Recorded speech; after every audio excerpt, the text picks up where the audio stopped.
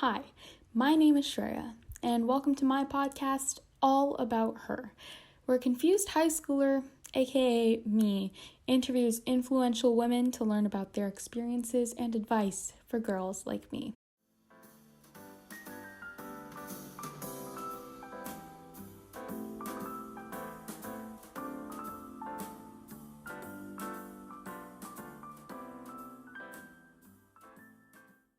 Today, I'll be speaking to a woman who is an interdisciplinary climate scientist. She has a PhD in Earth and Environmental Sciences from Columbia University and serves on Vice President Kamala Harris's Energy and Environmental Policy team. Today, we discuss the process to finding your passion in life and how to overcome the struggles along the way. So please welcome Dr. Catherine Pomposi, and let's jump right into the interview. So thank you so much for joining me today, Catherine. I really appreciate it. Can you just really quickly introduce what you're currently specializing in? Yes, absolutely. Well, thank you so much for having me. I'm really excited to be able to have this conversation. So my name is Catherine Pomposi, and I am a climate scientist by training.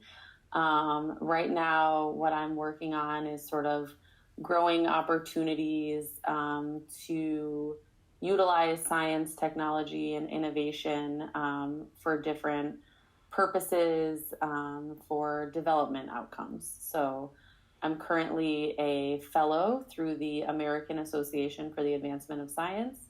They have a science and technology policy fellowships position that brings in trained scientists to work in various government institutions.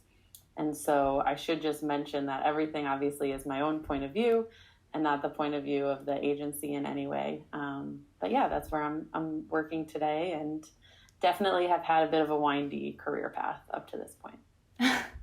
And just kind of something I like to ask everyone who I bring on the show is, what were kind of your dream jobs growing up, or what did you think like you saw yourself doing in the future? Because I think that's like a really interesting way to kind of get the whole path that you took, I guess. Yeah, sure, absolutely. So I really had two things that I thought I wanted to do. So one was to be a teacher. So I have many educators in my family, and I really just have had my own really inspiring teachers and professors throughout my educational, history, and just always found it really fulfilling to share the knowledge that you have and your experiences with others, and also, of course, to learn from students themselves. So I knew that I wanted to do some kind of teaching, and I was thinking, as I think about this, I wanted to work with animals. So I don't know that I ever thought to be a vet, but I wanted to do some kind of work with animals. And so I guess in that way, there was a science connection, or I was interested in something, science related when I was about your age. But alas, I don't really work with any animals in my current position. But yeah, one of those two things when I was younger. Did you grow up with like pets and things like that, or do you currently have any pets? I did not. So I think maybe one of the reasons why I wanted to work so much with animals is because I really like animals, but I didn't have any myself. I mean, I had fish, so a little bit on the, easier side to take care of. I do have a dog currently, and that's been really fun. So on the topic of kind of the ideas you had when you were younger for what you wanted to be, how did you find your passion in science, and was it like kind of an automatic click, or were there like different stages where you thought you were interested in something else and then you came to this conclusion? Yeah, I would say I don't really feel like it was an automatic click. Actually, I remember being in high school and not really loving science, but for me, so I went to the University of Connecticut for my undergraduate degree, and I had a really fantastic professor there who is also a climate scientist, and I was taking one of her courses, and I think, it never really, when I was in high school, going into science meant in my head that you were some kind of biologist or a chemist or a physicist, right? Like those are the main lab-based sciences that most students will take in high school. And in fact, there's so many other people, women, men, working in scientific disciplines that are not sitting in a lab somewhere running experiments. And that's also a great thing to do for the people, who like that. And there's so much knowledge to be gained. But I realized in this one class, like, oh, gee, there's all these other ways to do science, to do research, to understand the world around us, to understand the way that systems function and things like this. And so I was both inspired by her as a person, as a great, teacher and mentor, but also it helped open up my eyes to, oh, wow, the study of, the earth, its climate system, weather phenomena, this is all another way that you can do science. And so that was really a light bulb moment for me. And I guess I would also just follow up, especially in climate science, I feel like there's such clear connections to people and society. And particularly right now, when we think about climate change and just the really devastating impacts it's having on people, it's really, vulnerable communities that are most at risk for some really intense, detrimental climate impacts. And so the ability to be in a field where if we understand that, we might feel a little bit more empowered to do something about it was also something that, I really wanted to be in a place where I felt like I could have that positive impact and work to make other people's lives a little bit better. And I do think that being a scientist allows for that in many different ways. And I'm definitely like noticing that along the way with everyone that I'm interviewing. They kind of bring up this very similar point of how like the times that they kind of realized that they were drawn to a STEM field, it was when they understood that it wasn't just something so straightforward as just the name of that field, like you said, chemistry or biology or physics. And there are just so many different layers to it, I think, and that's something that I'm so glad to be learning at a younger age, so it gives me the opportunity to kind of look forward to that in the future, I guess. Yeah, absolutely. And also on that topic of the specificness or how you kind of decided this field of climate change, I was reading on your website about your dissertation topic, and I was just wondering how you chose that, because hydrologic changes in the Sahel region of Africa, I believe. Yeah, that's correct. Yeah. How did you decide that? Because that seems really specific in my mind, at least. Yeah. Well, so, oh gosh. I mean, there were several different things, I guess, that came together for picking that dissertation topic. So one aspect, it's a natural fit to what I just shared about my time at UConn. My professor at UConn was sort of an expert in the global monsoon system. So you probably know this, some of your listeners probably know this, but there are a couple of key monsoon systems throughout the globe that really deliver the majority of certain regions' rainfall. And, the society is so inherently tied to what happens during a monsoon season, whether it's a little bit wetter or drier than normal, if it's a delayed season, etc. And within the climate science community, the monsoon experts tend to know each other well. And so when I started my graduate work, I met some other researchers who were really critically looking at aspects of the monsoon system in West Africa. So particularly the Sahel region, like you mentioned, which is just south of the Sahara Desert. And it really only gets rainfall during about June to September of any given year. And again, the changes in that are so critical to the people who are living in the Sahel, who are often farmers and rely on the rainfall itself for their crops. And so I was working with these researchers who were already studying the changes and trying to understand the monsoon in West Africa. And I just found it so fascinating, both from a scientific perspective, because it's really this system that, despite scientists studying it for many, many decades and years, we still don't completely understand it. We still can't really predict it as well as maybe some other phenomena. And we're still, as a community, trying to understand like the physics and the changes behind, what's happening in that monsoon. So it's a scientifically complex and fascinating region, but it also, again, sort of naturally fit the my desire to work on something that had real applied or meaning to individuals who are so tied to the climate system in which they're living. So it was the combination of all those things, kind of just, it's an interesting topic, but it had real meaning. And the people that I could work with in studying this and trying to become an expert myself are really just, they're fabulous scientists, but also really good people who I would say also want to make a positive change in the world through their science. And so it all kind of came together in that way.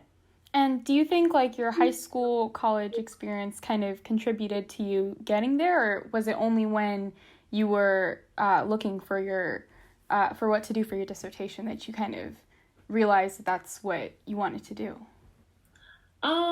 I would say, in some broad ways, certainly my undergraduate experience helped in that I was starting to understand some aspects of this field of climate science and sort of the different topics, major topics within it that people study.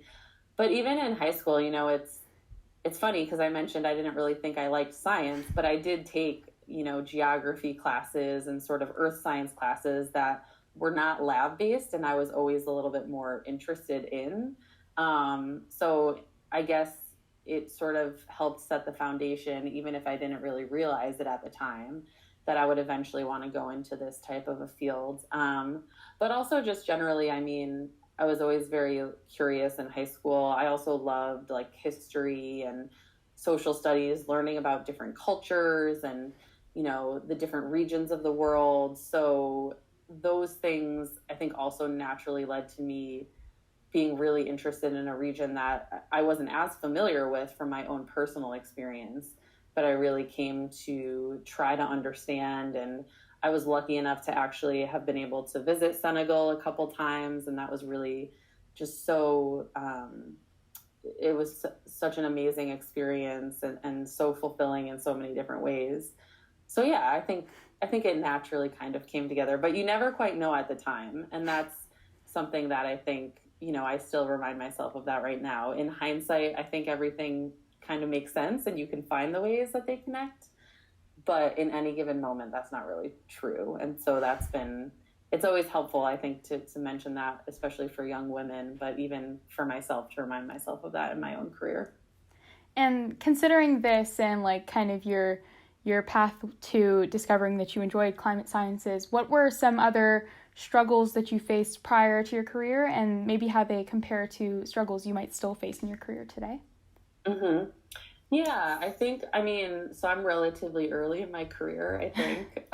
So one thing that's been kind of consistent both then when I was studying and doing my graduate work and also now is this.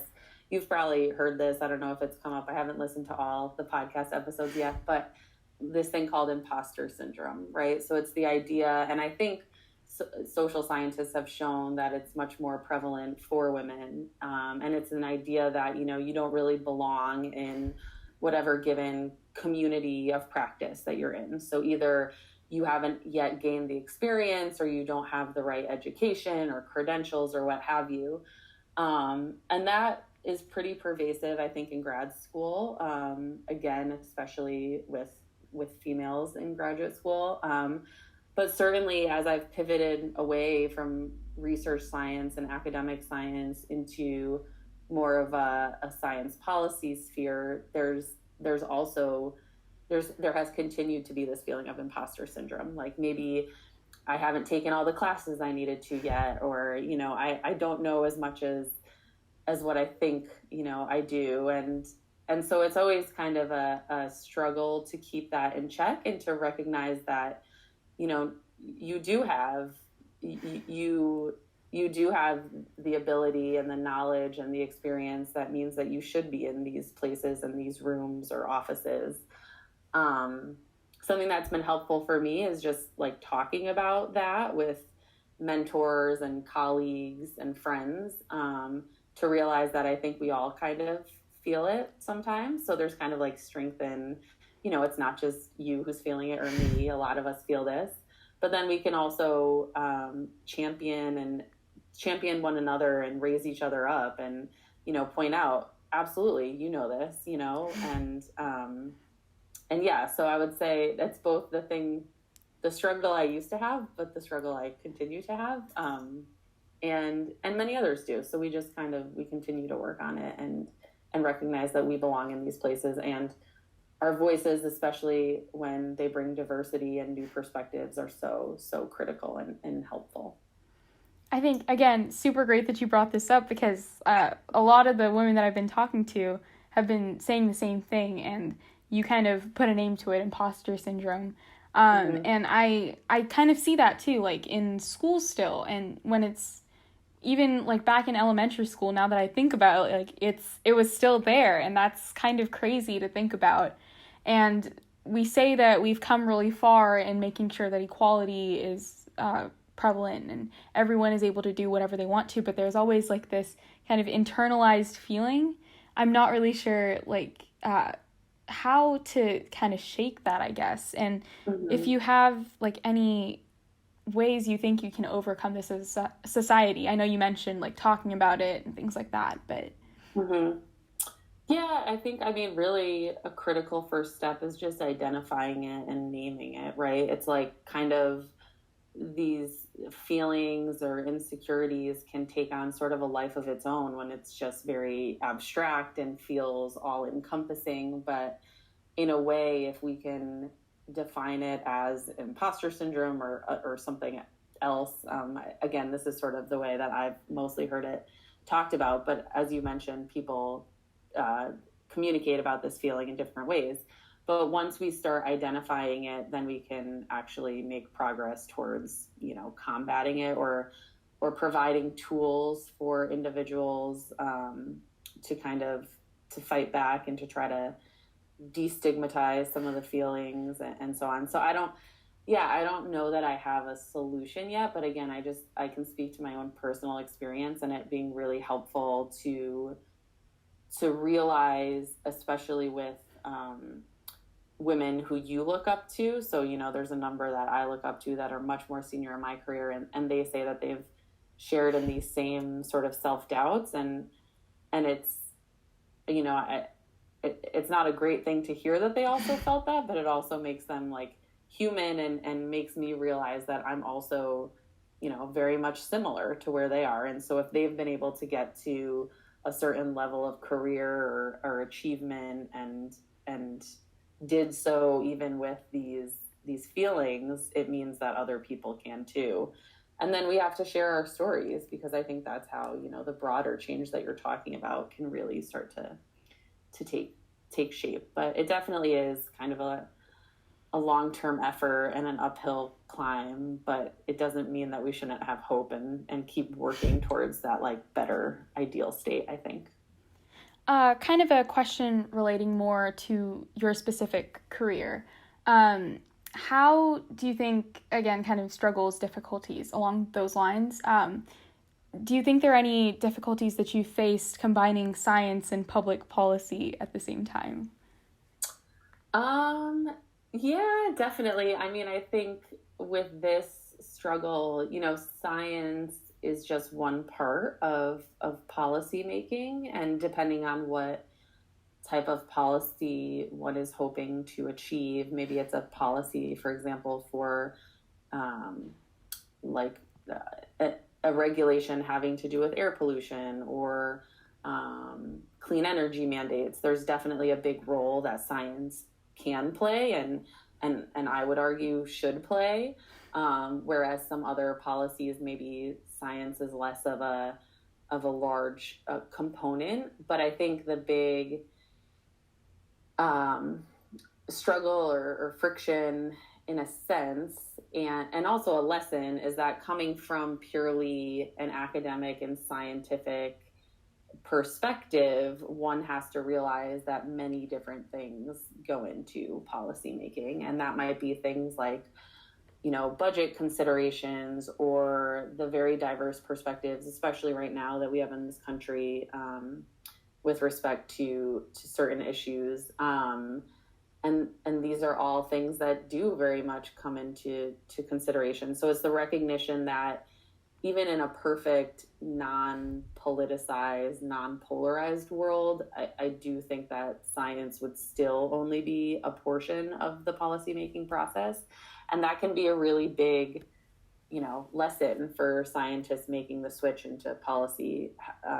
They have to learn. And I would say, I don't know that it was a huge struggle for me in the sense that I really did want to fully engage on the policy side and sort of tried to do my homework beforehand to recognize that this would be a part of that transition. But that can definitely be a little bit difficult, I think, for people. And kind of last question to wrap it up. I know you do a lot of STEM advocacy, I read on your website.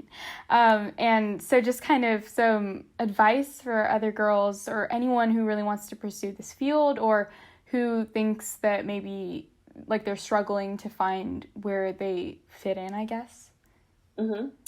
Yeah, I guess I have a couple of things. And one would just be really, believing in yourself and working hard. And I feel very lucky that I was very much supported through many stages of my career and continue to be by, friends, family, colleagues, etc.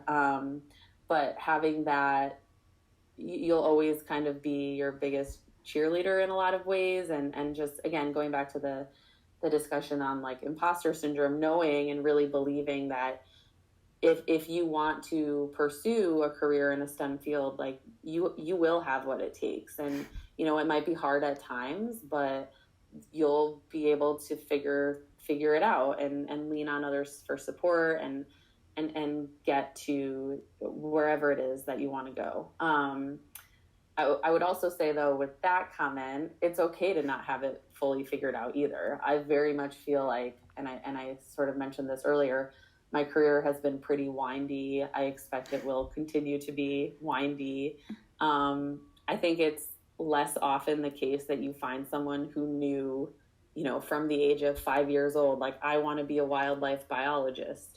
Maybe they're definitely, actually I do have friends who knew that and then studied and put in the work and became that wildlife biologist. But not everybody has that clear picture for themselves at age 5 or 10 or 15 or even like 25. I remember going into graduate school still thinking I really wanted to be a professor, and maybe that'll still happen for me. Again, as I said before, I'd love to teach. I do like teaching.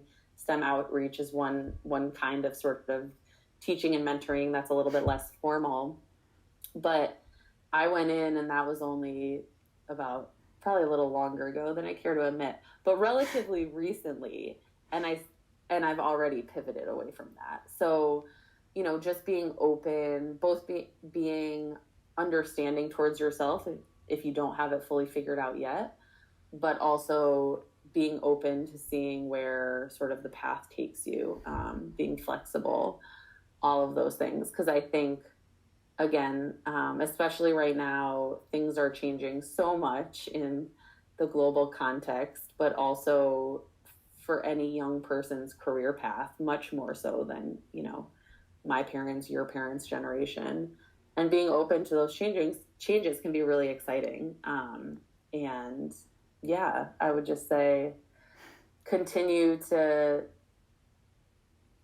just, when someone is able to recognize what their passions are and find a career that feeds into that or supplements that, it's really, in my experience has been fantastic. But you kind of have to be open to some experimentation along the way, just like a scientist would do. So. Thank you so much for joining me today, Catherine. I really appreciate it. All your advice and everything is so incredible and helpful, and I know I'm taking away a lot from this conversation. So thank you so much. So thank you for inviting me. I think this is fantastic, and to all of your listeners who want to continue, STEM fields can really take you to many fabulous places, and I think lead you to have a really lasting impact on people in the world, and that's very humbling. So I hope many of you are successful in that if you choose to go that direction.